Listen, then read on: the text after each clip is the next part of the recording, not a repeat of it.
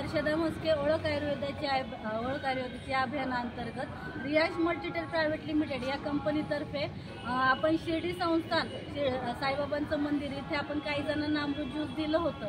तर त्यातले हे आहेत उसळे सर. नमस्कार सर. तर त्यांना कशासाठी दिलं होतं आणि त्यांना काय काय रिझल्ट मिळालेला आहे हे आपण त्यांच्याच तोंडून ऐकू. सर, तुम्हाला काय त्रास होता?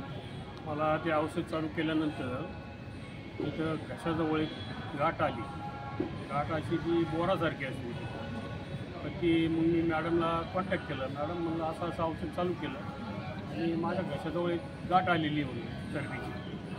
मी सोनोग्राफी केली, त्याच्यामध्ये 7.8चा चरबीची गाठ दाखवली. त्या म्हणजे ऑपरेशन करावं लागेल. मी काय ऑपरेशन केलं नाही. मग मॅडमशी कॉन्टॅक्ट केलं. मग मॅडमने सांगितलं ह्या औषधाने काय गाठ येऊ शकत नाही आणि ह्याच औषधाने ती काही कमी होऊन जाईल.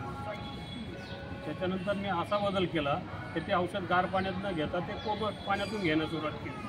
तर ते 8 दिवसात ते 10 दिवसात मला ही गाठ कमी झालेली दिसली आणि मग मी ऑपरेशन करायचं पण कॅन्सल केलेलं. मी देशमुख डॉक्टरला पण भेटलो, हॉस्पिटलमध्ये पण भेटलो. ते म्हणे ऑपरेशन करा. मी ऑपरेशन केलेलं नाही. ती गाठ बसून गेलेली. आणि कितव्या बॉटलमध्ये ती गाठ?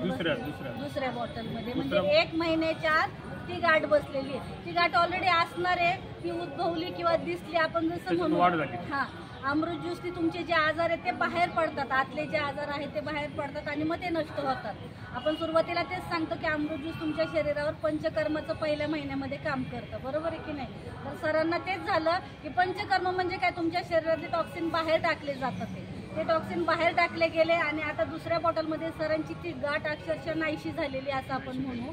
तर राहिलेला जो कोर्स आहे ते सर कंप्लीट करणार आहे आणि सरांनी रेफरन्स इतके दिलेले आहेत की त्यांच्यामुळे या सगळ्या व्यक्तींनी अमृत ज्यूसवरती विश्वास ठेवला आहे आणि सगळेजण कंटिन्यू करत आहेत. तर धन्यवाद सर, तुमचा एवढा अमृत वेळ दिल्याबद्दल. धन्यवाद. थँक्यू.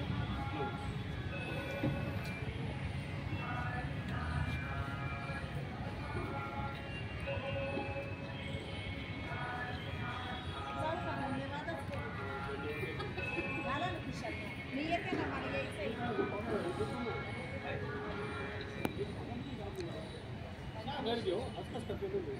आता आमचं होतं तर आठवड्यात. तुमचं दर आठवड्यात पण आमचं महिन्याला.